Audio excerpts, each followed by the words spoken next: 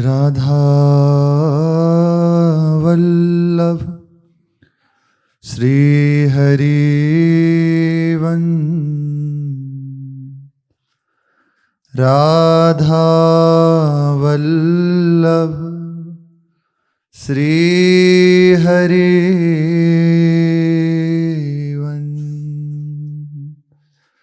सत्प्रेम सिंधु मकरंद रसोगधारा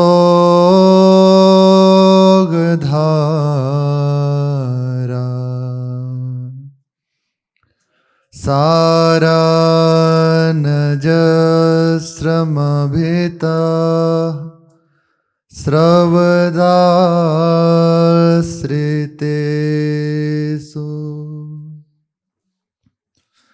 श्रीराधिके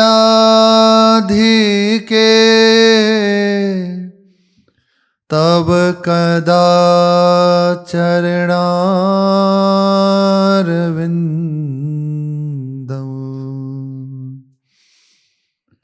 गोविंद जीवन धनो शिरसा वहामि गोविंद जीवन धनो शिरसा वहामि। श्री राधा वल्लभ लाल की जय। महाप्रभु श्री तरिवंश चंद्रजू महाराज की जय। श्री वृंदावन धाम की जय। श्री हरिवंश प्रताप की सुनियो कथा अनूप। प्रेम भक्ति करि सतरयो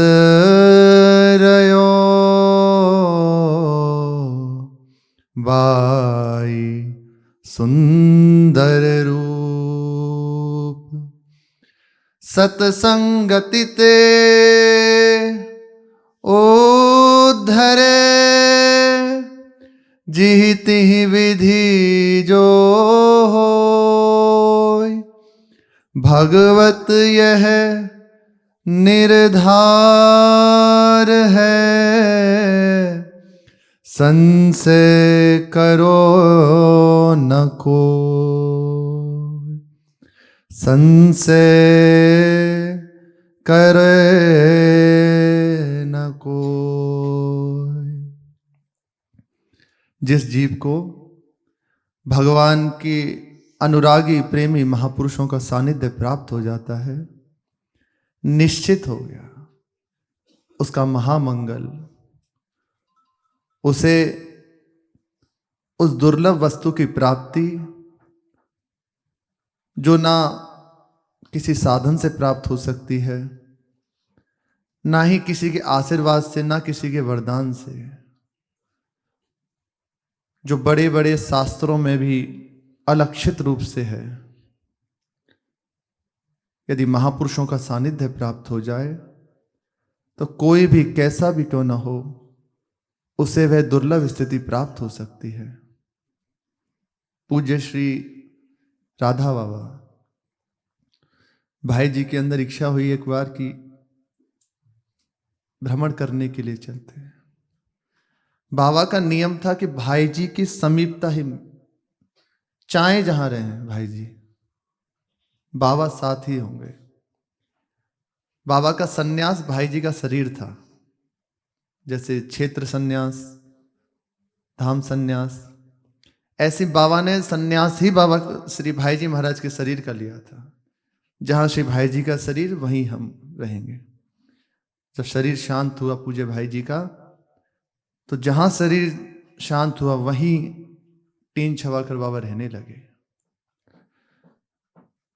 यहां से भ्रमण करते हुए भाई जी के साथ पूज्य बाबा मेवाड़ पहुंचे। राजस्थान में अनेकों स्थलों का दर्शन किया, मेवाड़ पहुंचे, वहां 32,000 रानियों ने जौहर किया था।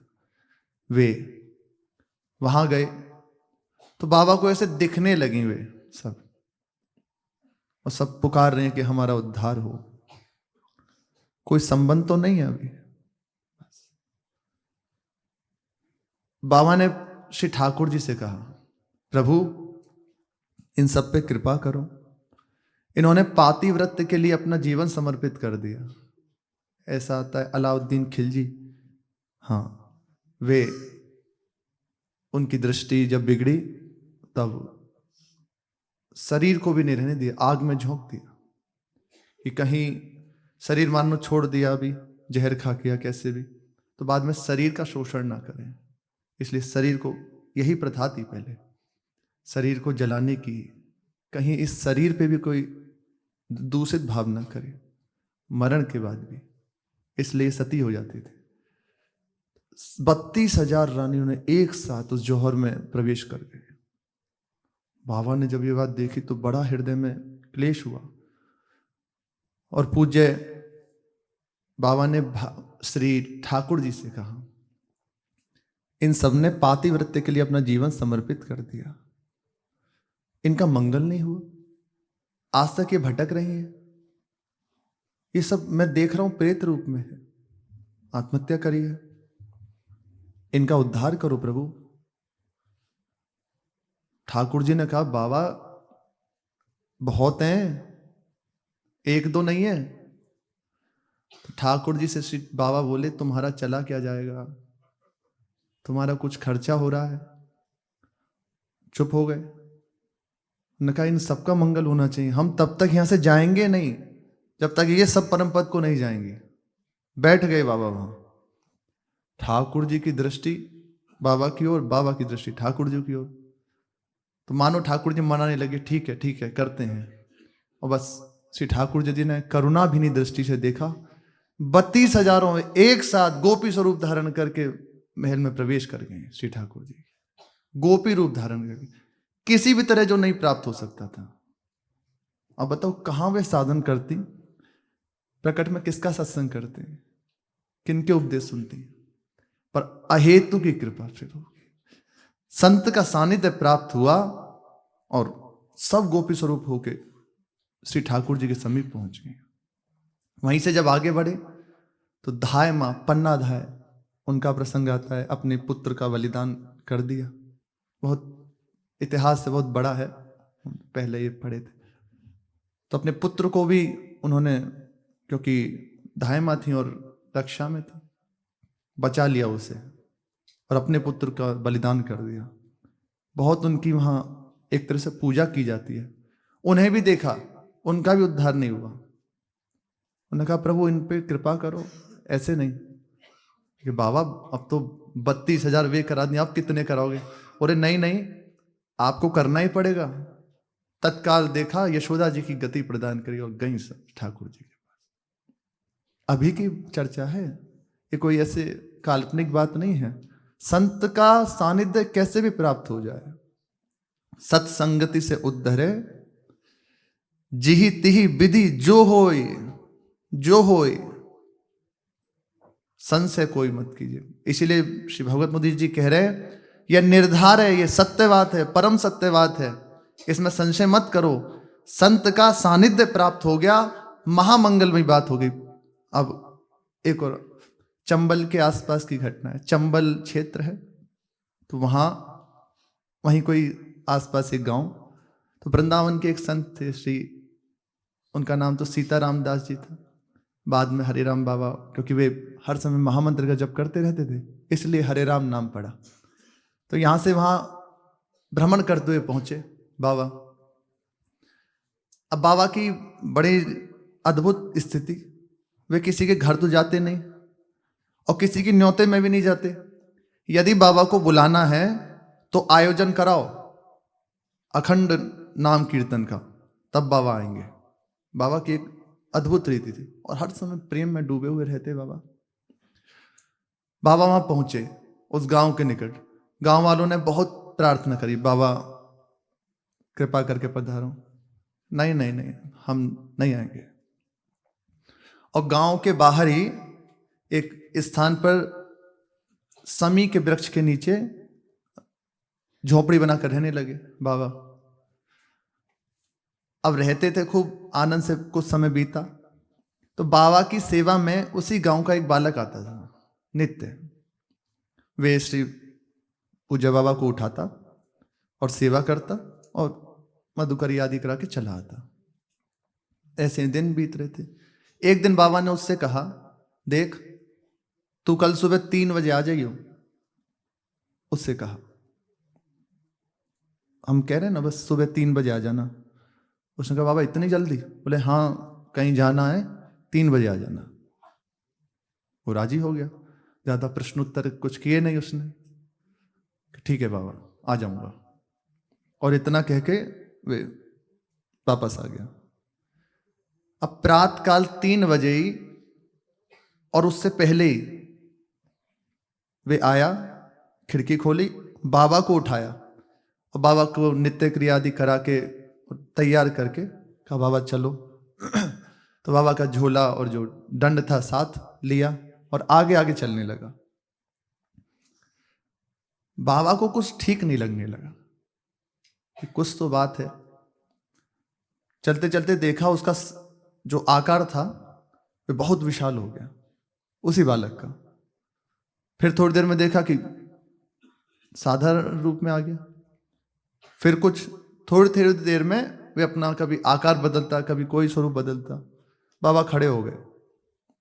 बाबा एकदम फटकारते बोले, हे कौन है तू, रुक जा। अब तो महापुरुष की फटकार, वो खड़ा हो गया शांत। हाथ जोड़ के बोला, बाबा मैं ब्रह्म राक्षस हूं। ऐसे ही बोला, मैं ब्रह्म राक्षस हूं। बोले तो हमारे पास क्यों आया? बोले बाबा कल जब आप उस बालक से कह रहे थे कि 3 बजे आ जाना, तो समीप में जो पलाश का वृक्ष है उसी वृक्ष पे मैं रहता हूं। बाबा की झोपड़ी आए और वे समी के वृक्ष के नीचे उनकी झोपड़ी और पलाश वृक्ष पर वे रहता है। उसने कहा मैं उस पलाश वृक्ष पे रहता हूं। कल जब आप उस बालक से कह रहे थे तो मैंने सुन ली। बस बाबा आपकी शरण में इसलिए आया हूं कि मेरा उद्धार कर दो। आप ही कृपा करके मेरा उद्धार कर सकते हैं। उन्होंने कहा, तू बता कैसे तेरा उद्धार होगा? भाई जब तू ही अपनी युक्ति बता। बोले मेरे निमित्त भागवत जी का पाठ कराओ और आप संकल्प करो, तब मेरा उद्धार हो जाएगा। बात हो गई। फिर बाबा ने कहा कि ठीक है, ये हम कराएंगे। फिर कहा कि धन तो हमारे पास है ही नहीं, भागवत कराने के लिए धन चाहिए, भंडारा कराने के लिए धन चाहिए। बोले बाबा जो समी का वृक्ष जहां आपकी कुटिया ना, उसके पीछे चांदी के सिक्के गड़े हुए हैं, उसकी भी आप चिंता मत करो, वे आप निकाल लेना। वे ठीक है। फिर कहा कि एक बात हमारी है कि जब पूर्ण ये अनुष्ठान हो जाए और जब तुम परम पद के लिए जाने लगो तो हमें इसका संकेत मिलना चाहिए, हमें पता चलना चाहिए। कि ठीक है। 1-2 दिन में बाबा ने पूरी व्यवस्था करी, भागवत पाठ कराया और सुंदर भोज भंडारा हुआ। तो जो पलाश का वृक्ष था उसकी डाली फटी और एकदम गिर गई। बाबा तो ऐसे देख ही रहे थे कि वे उस आरूढ़ हुआ सुंदर विमान पर गया भगवत। तो महापुरुष का सानिध्य कैसे भी प्राप्त हो जाए, किसी को प्राप्त हो जाए। अरे महापुरुष दृष्टि भर के देख लें, महामंगल में हो जाए। श्री कामध्वज जी के प्रसंग में आता है कि जिस जंगल में भजन करते थे, प्रसंग तो बड़ा है, जिस जंगल में भजन करते थे, जब शरीर पूर्ण हुआ तो उनकी चिता का जो धुआं उठा तो वहीं वृक्षों में, क्योंकि ऐसे स्थानों पे, जनशून्य स्थानों पे इनका पहरा रहता, 60,000 प्रेत एक ही जगह रहते थे। है क्योंकि बड़ी दुर्घटनाएं होती हैं। भगवान से जीव विमुख है तो निश्चित उसकी दुर्गति है। कुछ भी कर ले वो नहीं मंगल प्राप्त कर सकता। भगवान के सम्मुख हो गया, अब उसकी दुर्गति नहीं हो सकती, उसके जीवन से शब्द ही हट गया। श्री कामध्वज जी के प्रसंग में कि 60,000 प्रेत एक संग उस पर रहते थे। तो जब उनकी चिता की गंध जो धुआं वहां लगा तो सबका उद्धार एक साथ हो गया, सबका मंगल हो गया, सब भगवत धाम चले गए। कुछ बाकी बचे थे, कहीं गए थे, तो जब लौट कर आए, भक्तमाल जी में लिखा है ऐसे, हम मतलब मन से नहीं कह रहे, परम सत्यवाणी है, तो कहीं ऐसे गए थे वे भ्रमण करने, लौट कर आए तो देखा हमारे परिवार वाले नहीं, अब करें क्या, तो सब रोने लगे। तो वहां संत जन थे, उन्होंने कहा ये जो संत है इनकी राख है, इसका स्पर्श कर लो, आप सबका भी उद्धार हो जाएगा। तो वहां उन प्रेतों ने उस राख का स्पर्श किया, सब भगवत धाम चले।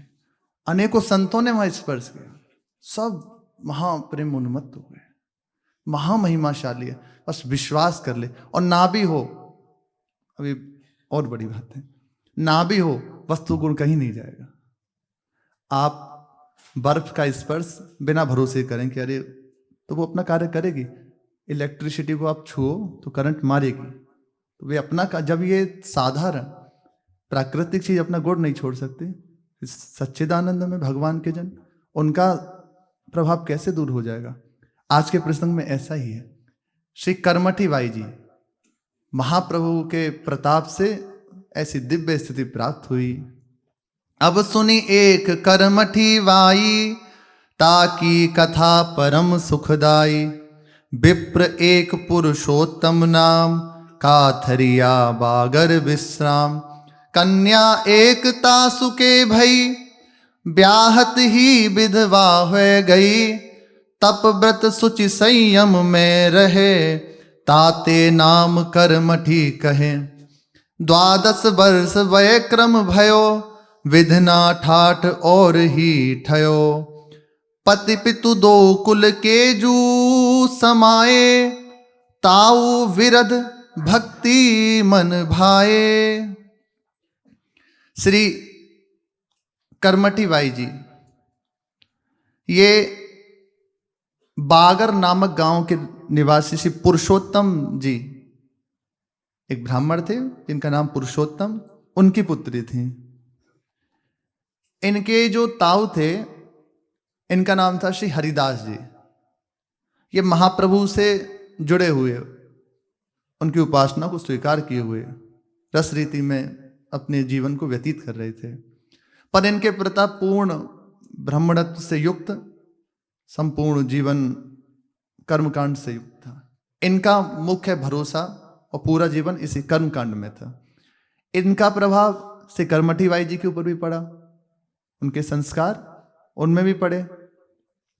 पहले प्रायः बाल विधवा हो जाया करते थे, जैसे विवाह हो गया बाल अवस्था में, पर गौना जब बालिका बड़ी हो जाती तब किया जाता था। तो बाल अवस्था में इनका विवाह हो गया, और ज्यों ही विवाह हुआ तत्काल पति का शरीर छूट गया, वे पधार गया। अब तो बचपन में ही वैधव्य स्वीकार कर लिया। कैसा पवित्र बाल विवाह हुआ है, अभी ससुराल नहीं गई, और जाके बस ये सूचना है कि उनका शरीर शांत हो गया, तभी से वैधव्य स्वीकार हो गया। लग गया नाम का विधवा नाम से। जैसी उनकी वेशभूषा होती है वैसे धारण, सफेद वस्त्र, बस पूरा जीवन व्यतीत हो। यही तो अब इन्होंने विचार किया कि पूरे जीवन को हम बस बहुत तप में व्यतीत करेंगे। तो पिता के संस्कार, कर्मकांड का प्रभाव, अपने जीवन को उन्होंने तप से, संयम से कस दिया, बिल्कुल कस दिया। इसीलिए इतना कठोर जीवन इन्होंने बना लिया।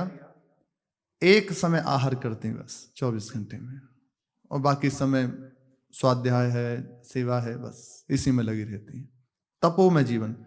इसी से इनका नाम कर्मठी पड़ा। बहुत जुझारू स्वभाव। अब ठाकुर जी की इच्छा, भगवान जिस जीव को अपनाते ना, किसी को उसका नहीं रहने देते। ये बड़ी अद्भुत बात है, क्योंकि कहीं भी यदि राग रहा तो वह भाग सकता है, उसका मन जा सकता है। इसलिए जहां जहां उसकी वृत्ति फंसेगी, जहां जहां उसकी प्रियता है, उसको या तो विवेक के द्वारा या प्रकट में नाश कर देते हैं, उसको रहने नहीं देते प्रभु। इनके भी साथ ये हुआ। बचपन में ही जब पैदव्य हो गए तो 12 वर्ष व्यतीत गए इस कठोर जीवन को व्यतीत करते हुए। अब भगवान की लीला, पिता का आश्रय था, वे भी पधार गए। पिता का आश्रय जब समाप्त हुआ तो कहीं ना कहीं वृत्ति थी कि ससुराल में जाके रह लेंगे, क्योंकि भाव तो वहीं से स्वीकार की हुई है। तो पूर्ण रूपेण पितृपक्ष और पति पक्ष में कोई नहीं बचा, कोई नहीं बचा, स्पष्ट है। पिता और पति दोनों ही कुल में कोई भी नहीं बचा इनका। अब केवल एक जन रह गए जो ताऊ थे।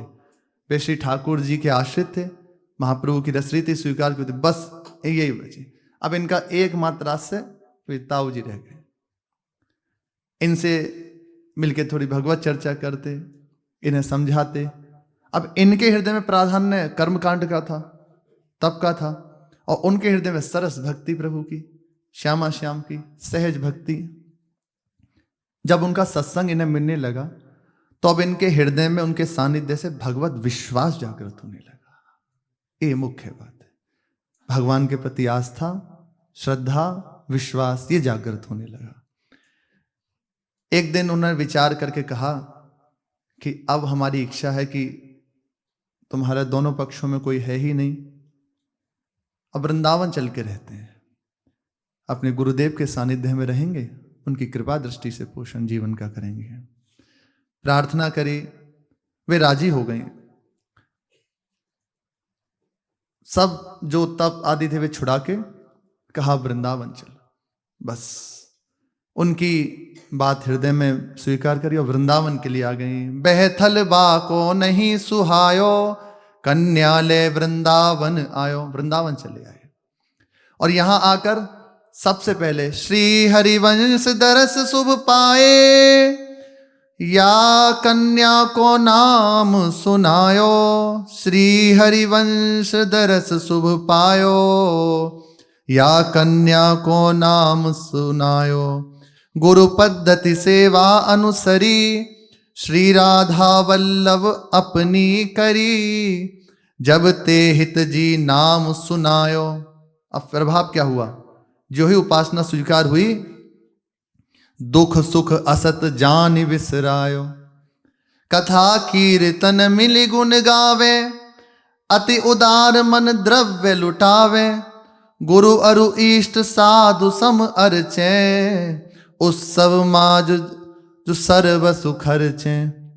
धन खर्चो फिर हाथ नावे, काति तूल के भोग लगावे। वृंदावन आ गए। वृंदावन आकर इनके जो ताऊ जी थे श्री हरिदास जी, उन्होंने महाप्रभु के आश्रित कर दिया। कहा प्रभु इस बालिका को स्वीकार करो, और संपूर्ण वृत्तांत उनके जीवन का महाप्रभु को सुनाया। महाप्रभु ने तत्काल उन्हें दीक्षा प्रदान की, संपूर्ण रसरीति प्रदान की और कहा बस रात दिन इसी में जीवन को व्यतीत करो। श्री राधा वल्लभ लाल को अपना सर्वस्व मान लो, वही सब कुछ है। महाप्रभु का मंत्र देना, स्वीकार करना था, तत्काल वे उस स्थिति को प्रदान कर देना। बड़े अनुराग से उपासना स्वीकार करे और इसका फल हुआ दिन प्रतिदिन हृदय में प्रियता श्री श्यामा श्याम के चरणों में जागृत होने लगी। अब तो हर समय ये कथा कीर्तन भगवत गुणगान करने में व्यतीत करती। इनके पास द्रव्य था कुछ, उसको खूब श्री ठाकुर जी की सेवा, संतों की सेवा, गुरु की सेवा, इसमें लगाना प्रारंभ किया। उसमें विचार नहीं करती कि कल का क्या होगा, आज जो है खूब अच्छे से लुटा दो। इन्होंने मन से दुख सुख सब विसार दिए कि ये तो सब सृष्टि का क्रम है, ये आते जाते रहते हैं, इनमें चित्त देना उचित नहीं है। श्री ठाकुर जी के चिंतन में बस अपने समय को व्यतीत करने लगी। हर समय ये संतों का सानिध्य है, उनके उपदेश, अपनी उपासना, इसी में लगी रहती। अब धन की भी कुछ सीमा थी। खूब संत सेवा हो रही है, ठाकुर जी की सेवा हो रही है और खुले हृदय से करते हैं, कहीं ऐसा नहीं संकोच। अब एक धन विश्राम पूर्ण हो गया। इन्होंने विचार किया अब क्या करें, तो वहीं काती तूल ये रुई की बत्ती बनाती, उन्हें बेचती, फिर ठाकुर जी की सेवा करती। वैभव संपन्न थी, फिर बत्तियों को बनाती रुई की, और उससे जो पैसा मिलता उससे श्री ठाकुर जी की संतों की सेवा करती।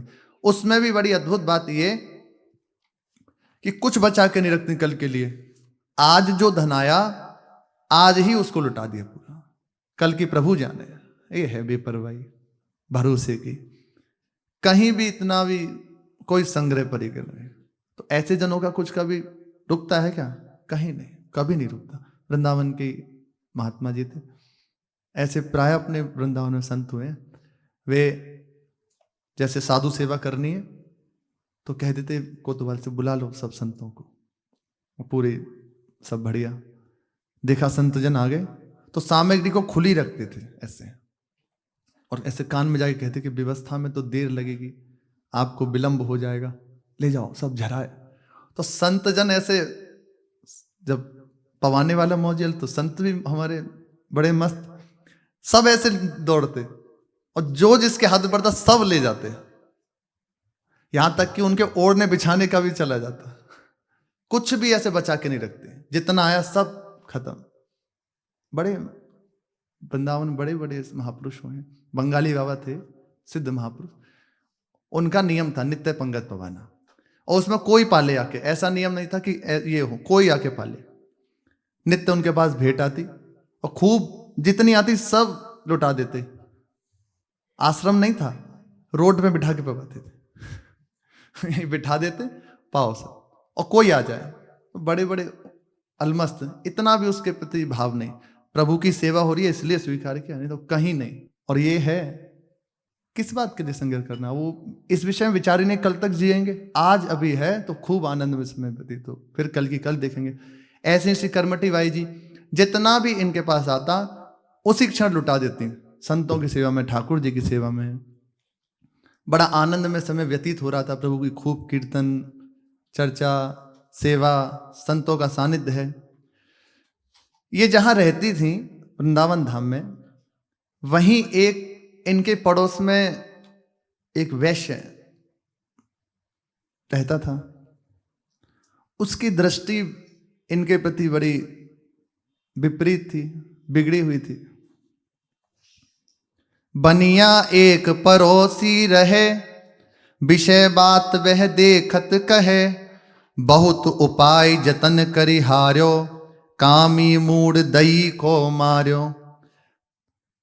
देखत रूप ठगोरी लागी, काम अगन और अंतर जागी, तब इन मन में ऐसी आनी, विषय करन को मति ललचानी। वे मर्यादा भूल गया, पड़ोस में ही रहता था। उसने बहुत उपाय किए कि कैसे भी इनको फुसला ले। अच्छा, तप में जीवन, भगवद आश्रित जीवन, तो उसका प्रभाव अलग होता है। कहीं भी विषय की गंध नहीं, रात दिन प्रभु में चित्त जुड़ा हुआ, और तपो में जीवन तो विशेष उससे प्रभाव। अब उसकी वृत्ति दूषित होने लगी। उसने बहुत उपाय किए कि कैसे भी इनको मैं अपने अधीन कर लूं, फुसला लूं, धन से, भय से, जैसे भी, पर कोई भी प्रयास उसका सफल नहीं हुआ। अब उसकी मति इतनी बिगड़ गई, एक दिन वो इतना ज्यादा काम के अधीन हो गया कि क्या उचित है क्या अनुचित है इसका विचार ही उसका चला गया। उसने सोचा रात्रि के समय हम बलात् चले जाएंगे और मनमानी आचरण करेंगे। बस इतना विचार करके घर से निकल पड़ा। रैन अंधेरी घर ते आयो, काल रूप सर्प ने खायो। भगवान के जन की ओर कोई देख सके, भगवान की इच्छा है तो कुछ उससे कोई कह सकता है, उसको प्रतिकूलता दे सकता है, वरना सामर्थ्य नहीं किसी की सामर्थ्य नहीं कि उसकी ओर दृष्टि उठा के देख सके। भगवान की इच्छा होती है तभी भगवान के जन को कोई जैसे पीट दे, विपरीत भाव जैसे गाली दे या कुछ प्रतिकूलता दे, वो भगवान की इच्छा है, ना कि किसी की अपना बल से। श्री गोस्वामी जी कहते हैं, है काके द्वै शीस धर पे। किसकी सामर्थ्य है? कौन ऐसा है जिसके धड़ पे 2 शीस हैं? भगवान की रक्षा में जो रहता है, भगवान जिसकी रक्षा करते हैं, उसकी ओर कोई दृष्टि उठा के देख ले, पैदा ही नहीं हुआ। इनकी ओर जब उसकी वृत्ति बिगड़ी और विचार कर लिया कि आज बलात् हम जाके मनमानी आचरण करेंगे, और निकल चला घर से। रास्ते में ही अंधेरी रात थी, भयानक सर्प ने काट लिया। अब तो बार बार चिल्लाता, बचाओ बचाओ। खात बार इन कही पुकार, खायो सांप करो उपचार। बहुत उपाय जतन करी हारे, गुनी भरे बाके घर सारे। बहुत उपाय किए कैसे भी मेरे प्राण बच जाएं, बहुत पुकारा, पर कौन उस समय सुने? चिल्लाते चिल्लाते मर गया। ये गति हुई भगवत भक्त की ओर, जहां उसने भाव बिगाड़ा। अब इतना ही नहीं, ये तो उसे यहां दंड मिला कि सर्प ने खाया और मर गया। आगे कह रहे हैं, एक दिन सुत को सपने आयो, नरक परे को दुख सुनायो। आधी रात बनिक वह मर्यो, भक्त द्रोह ते नरक जु पर्यो। भयानक नरकों में जाके पड़ा, भयंकर उसको नरक यातनाएं प्राप्त होने लग गई। अब तो स्वप्न दिया उसने अपने पुत्र को कि मैं ऐसे ऐसे भाव करके मनमानी आचरण करने के लिए श्री कर्मठी बाई जी के समीप जाना चाहता था। रास्ते में मुझे भयानक सर्प ने काट लिया। ये सब उन भक्त के प्रति मेरे से जो अपराध बना उसका फल है। अब मैं भयानक नरकों में जल रहा हूं, मेरा उद्धार करो। उसने बताया कि तुम कर्मठी जी के चरणों में जाओ, उनको प्रणाम करो, और अमुक जगह बहुत सारा धन है जो हमने दबा के रखा हुआ है, उसे निकालो और सब कुछ उनके चरणों में समर्पित कर देना। अगर वे धन ना लें तो उनसे प्रार्थना करना, उनके चरणों में पड़ना कि आप ठाकुर जी की सेवा करो, संतों की सेवा करो, और मेरी जो ये प्रार्थना उनके चरणों में निवेदन करना कि मेरा उद्धार कर दें। मेरी इस समय बड़ी भयानक अवस्था है, मैं बहुत दुख पा रहा हूं, नरक में पड़ा जाके। अब तो जो ही उसकी नींद खुली तो प्रातःकाल होते हुए सीधा कर्मठी जी के समीप आए और चरणों में प्रणाम किया कि हमारे पिता से ऐसा अपराध बना है, और पूरा वृत्तांत सुना दिया। आपके प्रति गलत भाव रखते थे और ऐसे ऐसे वे रात को आए, सर्प ने खाया। अब कल रात्रि को हमें स्वप्न हुआ है कि वे नरक में पड़े हुए हैं। उन्होंने कहा है ये धन मुझे बताया था और कहा आपके चरणों में निवेदन कर दें, इसे आप स्वीकार करें और मेरे पिता का उद्धार करें। तब श्री कर्मठी जी ने उसे उपदेश दिया कि ये तो सब भगवान का विधान है, आप चिंता मत करो, आप पहले गुरु सन्मुख होइए, पहले गुरु के चरणों का आश्रय स्वीकार करो। तत्काल उसे दीक्षा दिलाई, रसरीति सुनाई और कहा कि अब तुम निश्चिंत हो जाओ, निश्चित तुम्हारे पिता का उद्धार हो जाएगा। कर्मठी कहिए धन खर्चो, गुरु करी हरि हरि जन को अर्चो। इस धन से संतों की, प्रभु की सेवा करो। जीव अविद्या करी दुख पावे, बिनु हरि भजन न नरक न सावे। अब तुम आवहु गुरु की शरण, ताते होई नरक को तरन। ऐसे कही के बनिक उधारे, दुष्टन हु के कारज सारे। ऐसे कहा, उसे दीक्षा दिलाई और उसको उद्धार कराया, उसके पिता का उद्धार कराया जो नरक में पड़ा था। पुत्र दीक्षा लिया और उनके निमित्त से खूब संतों की सेवा करी, ठाकुर जी की सेवा करी, इससे महामंगल उसका हुआ और भगवत धाम को गया। श्री भगवत मुदित जी कह रहे हैं, दोष दृष्टि हरि भक्त सो, भूल करो जिन कोय। नरक परे पुरी शरण ते, उद्धार न होय। भक्त के प्रति भूल कर भी दोष वृत्ति मत करो कि अमुक भक्त ऐसा आचरण कर रहा है या ऐसा है। बिल्कुल हृदय से प्रणाम करो, प्रभु आपकी लीला हम नहीं समझ सकते, हम पे कृपा करो कि आपके प्रति आगे से कोई भाव न बिगड़े। कह रहे हैं दोष दृष्टि हरि भक्त सो भूली करो जिनको, भूल के भी मत करो। पर महिमा भक्त की विशेष है, यदि गलती हो भी गई तो नरक परे पुनि शरण ते उद्धारन होय।